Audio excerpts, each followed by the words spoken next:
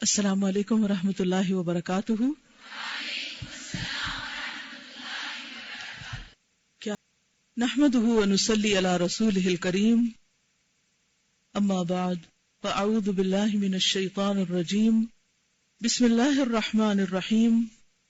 رب اشرح لی صدری ویسر لی امری واحلل عقدۃ من لسانی یفقہوا قولی. فصل نمبر 72 پیج 327. ارادے اور نیت کا شرک. ارادے اور نیت کا شرک.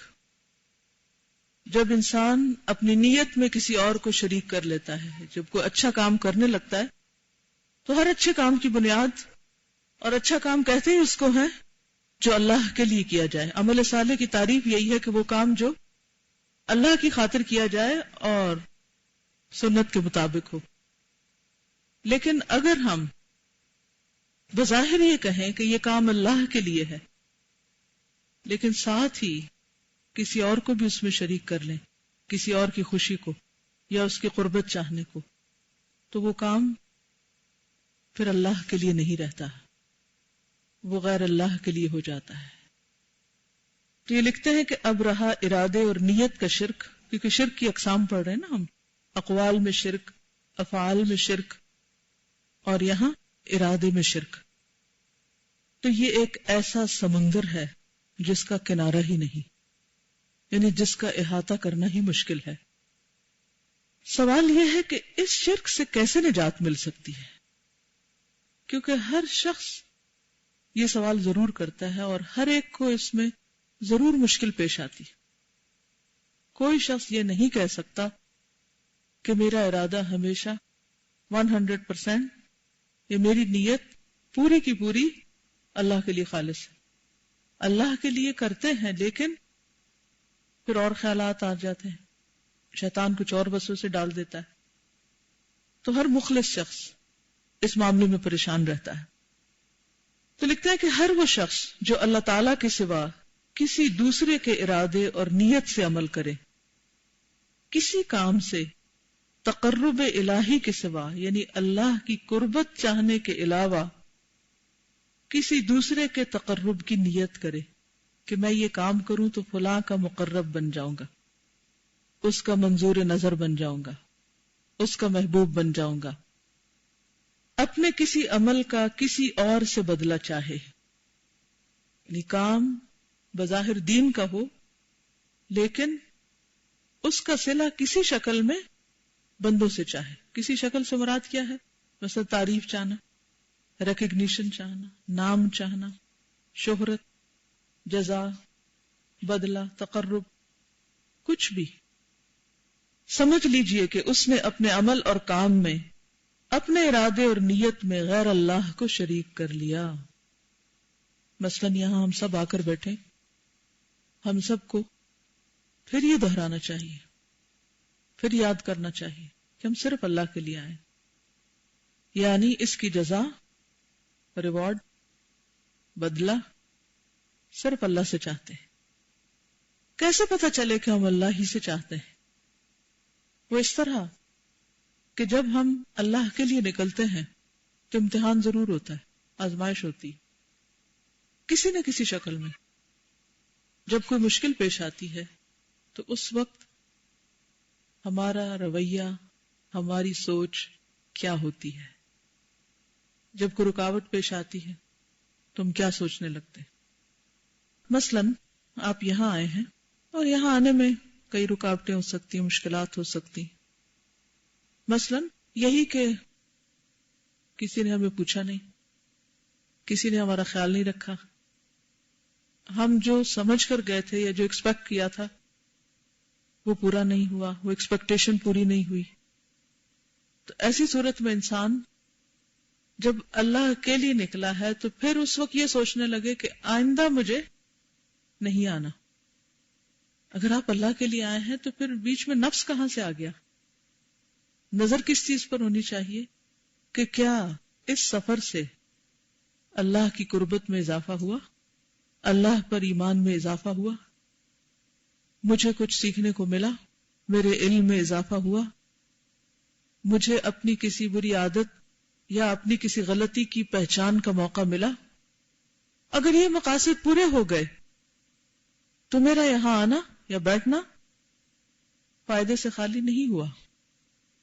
ہاں، اس آنے میں یہ ضرور مشکل تھی کہ مجھے تھکاوٹ لاحق ہوئی، مجھے بھوک پیاس نے ستایا، مجھے کسی اور طرف سے کچھ مشکل پیش آئی، مجھے اس طرح کا ویلکم نہیں ملا جو میں چاہتی تھی۔ تو یہ سب چیزیں کس سے تعلق رکھتی ہیں؟ ہماری ذات سے۔ ہم سوچیں کہ کیا ہم اسی لیے آئے تھے؟ یہ میں سب سے کہہ رہی ہوں، یہ نہیں کہ جو دور سے سفر کر کے آئے کہ انہی سے میرا خطاب ہے، سبھی سے یہ بات کریں، خود اپنے لیے بھی، کہ کیا میرے یہاں آنے کا مقصد یہی تھا؟ اللہ کے راستے میں جب بھی کوئی نکلا ہے تو اس کو مشکل ضرور پیش آئی ہے، لیکن اہل ایمان ان ساری مشکلات کے صلے اور بدلے میں کیا چاہتے ہیں؟ بتائیے آپ۔ صرف اللہ کی رضا، اللہ کی رضا نہیں، صرف اللہ کی رضا۔ مثلا سورۃ التوبہ اللہ تعالیٰ فرماتے ہیں یا ایھا الذین آمنوا اتقوا اللہ وکونوا مع الصادقین، آیت نمبر 119 ہے۔ اے لوگو جو ایمان لائے ہو، اللہ کا تقوی اختیار کرو اور سچے لوگوں کے ساتھ ہو جاؤ، ان کے ساتھ رہا کرو، یعنی اچھی صحبت اختیار کرو، کیونکہ انسان تنہا نہیں رہ سکتا، اسے انسانوں کی کمپنی چاہیے ہوتی ہے۔ اور ہر انسان کہاں سے کیسے پہچانا جاتا ہے؟ اپنے دوستوں سے، کہ وہ کن لوگوں کے ساتھ اٹھتا بیٹھتا ہے، کن لوگوں کے بیچ میں اپنے آپ کو کمفرٹیبل فیل کرتا ہے، اس کی میل ملاقات کن لوگوں سے ہے۔ وہاں سے اس کے دین، ایمان، اس کی محبتوں اور اس کے طور طریقوں کا اندازہ لگایا جا سکتا ہے کہ اس کی پسند کیا ہے، چاہت کیا ہے، کیا وہ کسی سے اس کے مال کی بنا پر ملتا ہے یا کسی سے کسی اور مفاد کی وجہ سے ملاقات کرتا ہے، وہ کس کو پسند کرتا ہے، کس کے ساتھ رہنا چاہتا ہے۔ تو اللہ سبحانہ وتعالیٰ نے ایک کرائٹیریا دے دیا، کیا؟ کس کے ساتھ رہا کرو؟ سچ کی تلاش میں رہو، سچے لوگوں کے بیچ میں رہو، کیونکہ جب انسان سچے لوگوں کے ساتھ ہوتا ہے تو اس کو سچ کی عادت ہو جاتی، اور اگر وہ جھوٹے لوگوں کے بیچ میں ہو، منافقت والے لوگوں کے بیچ میں ہو، جن کا ظاہر اور باطن فرق ہو، تو پھر اس کے اندر بھی کیا آتا ہے؟ وہی کوالٹیز آنے لگتی، منافقت آنے لگتی۔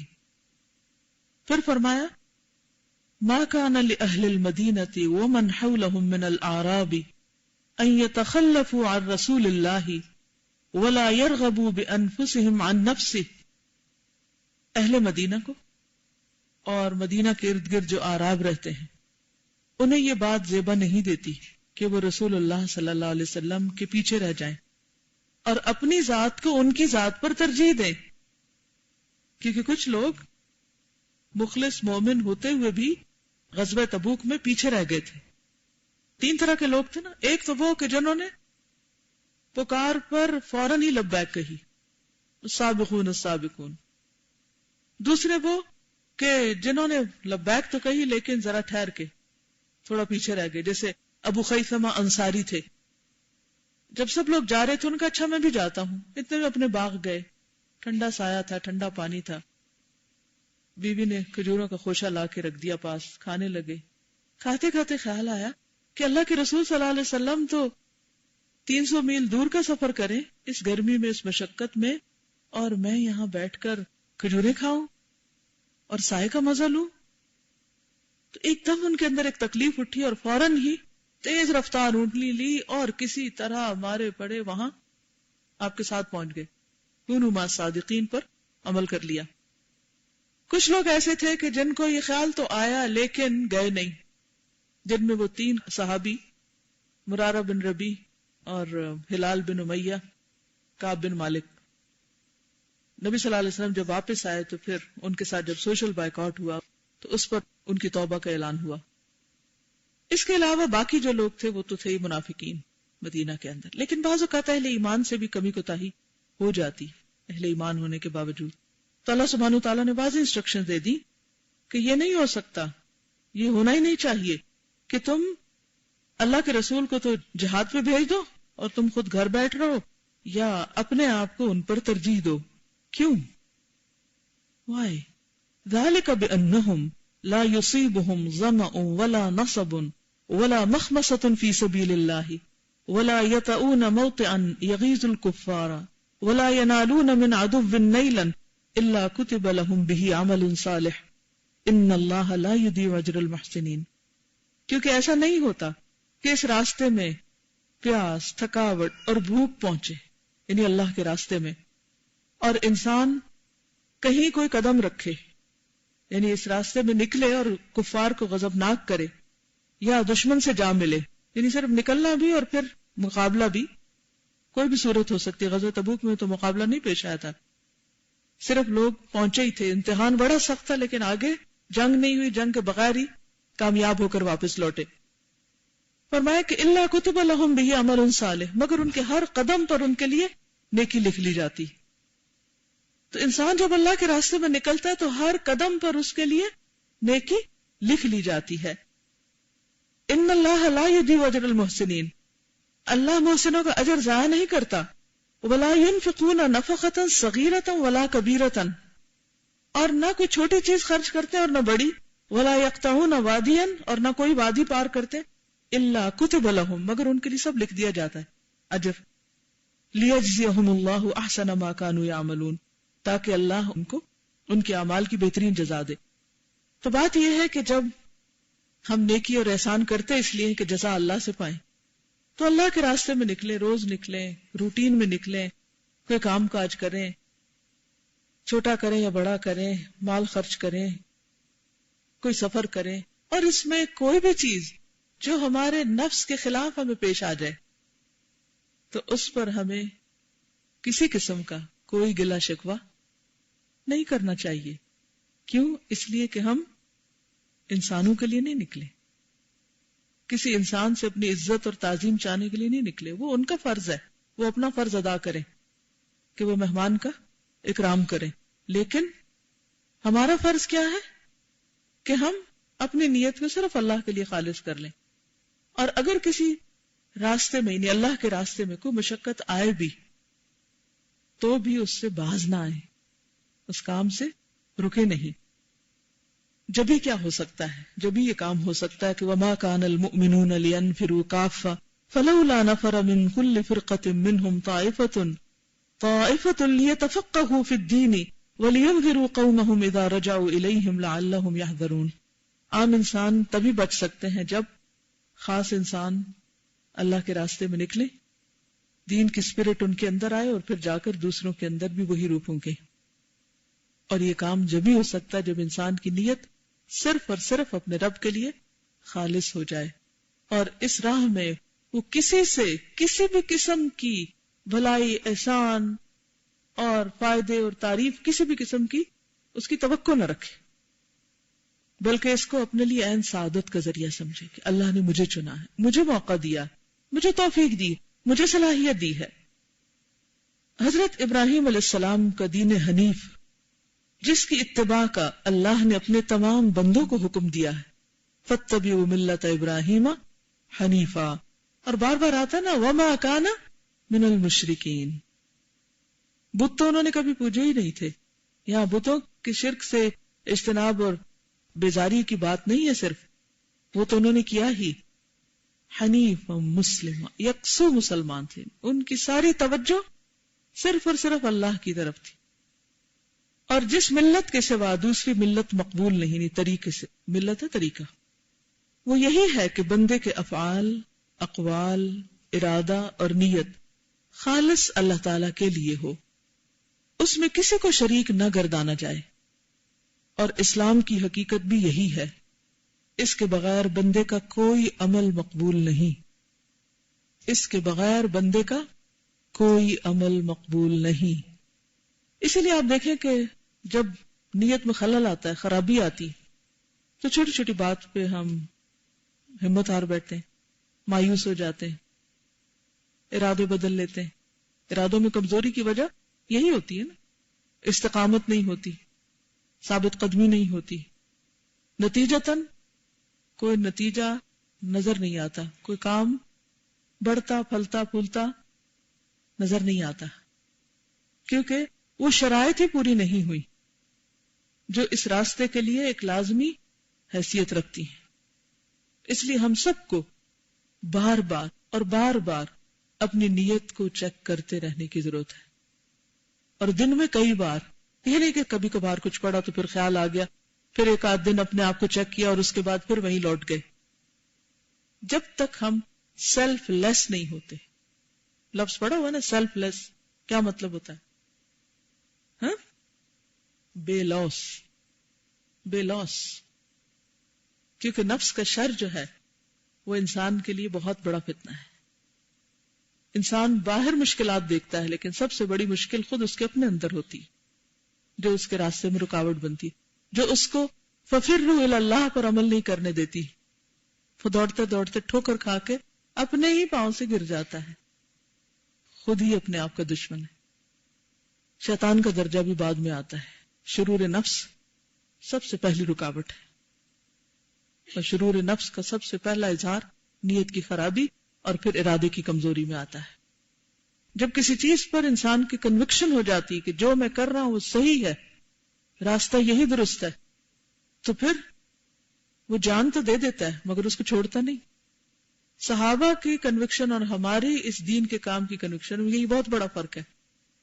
ام شریک کا واقعہ میں نے آپ کو پچھلی دفعہ سنایا تھا کہ کس طرح انہیں ستایا گیا اللہ کے راستے میں. اور ام شریک کے ساتھ ہی آپ کو حاتم الاسم کی بیٹی کی بات بھی یاد آ گئی ہوگی. کسی نے کچھ اور سوچا؟ ہاں، کیا سوچا آپ نے؟ دنیا میں بدلہ مل گیا تو آخرت میں کیا ہوگا؟ اوکے، چلیے اب میں بتا ہی دیتی ہوں کیونکہ کافی تجسس. اب دیکھیے کہ ہماری سوچوں میں اور ہمارے میکسیمم خیالات میں اور اس اللہ کی بندی کے خیال میں کتنا بڑا فرق ہے. اب میں آپ کو اصل وجہ بتاتی ہوں. کچھ لوگوں نے پہلی دفعہ یہ واقعہ سنا ہوگا. حاتم الاسم ایک بہت بڑے محدث تھے اور حج کے ارادے سے نکلنے لگے تو گھر والوں نے رونا دھونا ڈالا کہ ہمارا کیا بنے گا، آپ گھر سے چلے گئے. تو خاموش ہو گئے. تو ایک بیٹی بولی کہ نہیں، آپ جائیے، آپ رازق نہیں ہیں، اللہ رازق ہے، وہ ہمیں روزی دے گا. بہرحال وہ چلے گئے. پیچھے سارے گھر والے بہت سفر کرنے لگے کیونکہ کچھ تھا نہیں.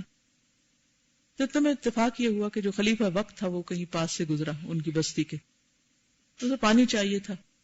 اس نے لوگوں کو دوڑایا کہ جاؤ کہیں سے پانی لے آؤ. تو اللہ نے یہ مقدر کیا تھا کہ وہ انہی کا دروازہ یعنی حاتم کا دروازہ آ کے کھٹکھٹائیں. خیر پانی لیا. خلیفہ نے پانی پیا. پانی کا مزہ ہی کچھ اور تھا. تو انہوں نے کہا کہ کس کا گھر ہے؟ کہا حاتم کا.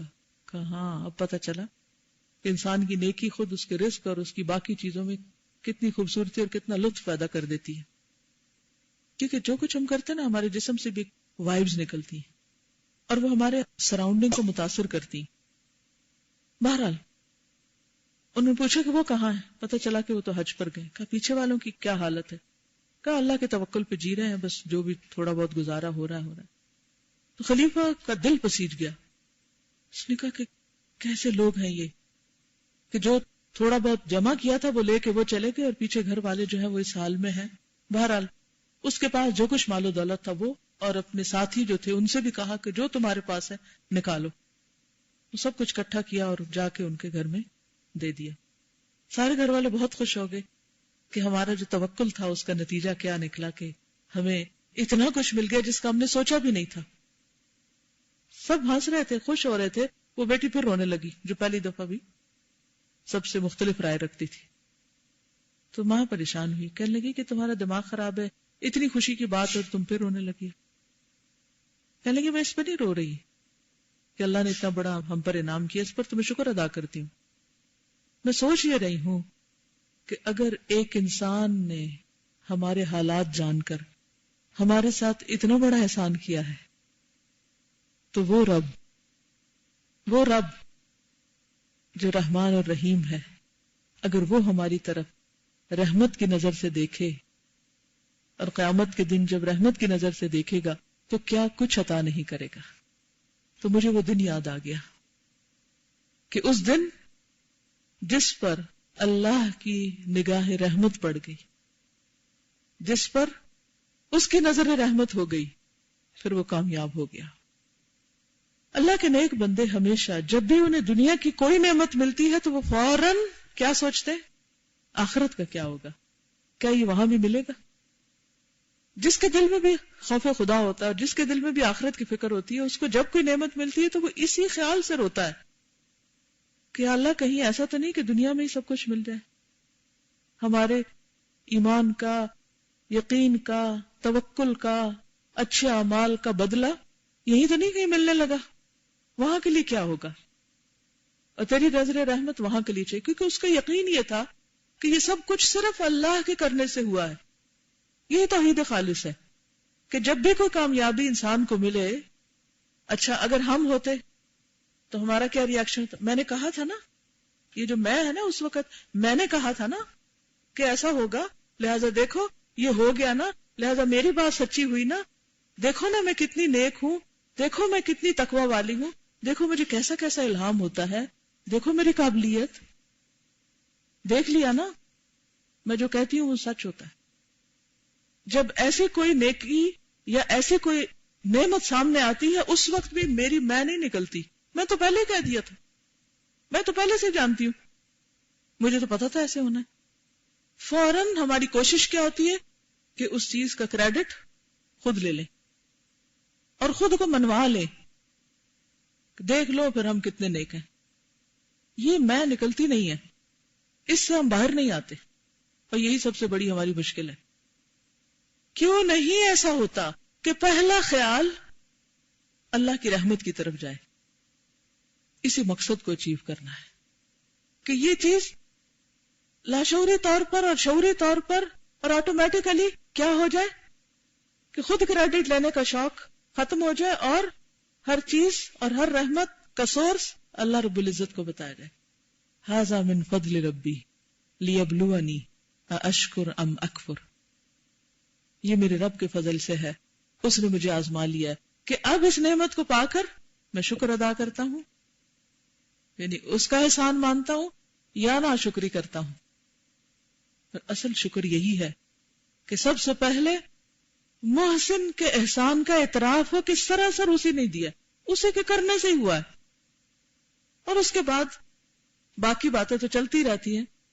لوگ خود ہی کہتے ہیں کہ دیکھا نا فلاں نے کہا تھا تو اس کی بات سچی ہو گئی. وہ کہتے نہیں جو کہتے، اس وقت بھی پھولنے کی ضرورت نہیں، اس وقت بھی اندر استغفار کریں کہ یا اللہ تو ہی توفیق دیتا ہے، تیری ہی توفیق سے انسان کو یہ کہنے کا بھی موقع ملتا ہے. اگر اس کی توفیق نہ ہو تو ہم یہ بات سوچ سکتے ہیں؟ ہم نے تجربہ کر کے دیکھ لیا نا، ہمیں تو نہیں یہ خیال آیا.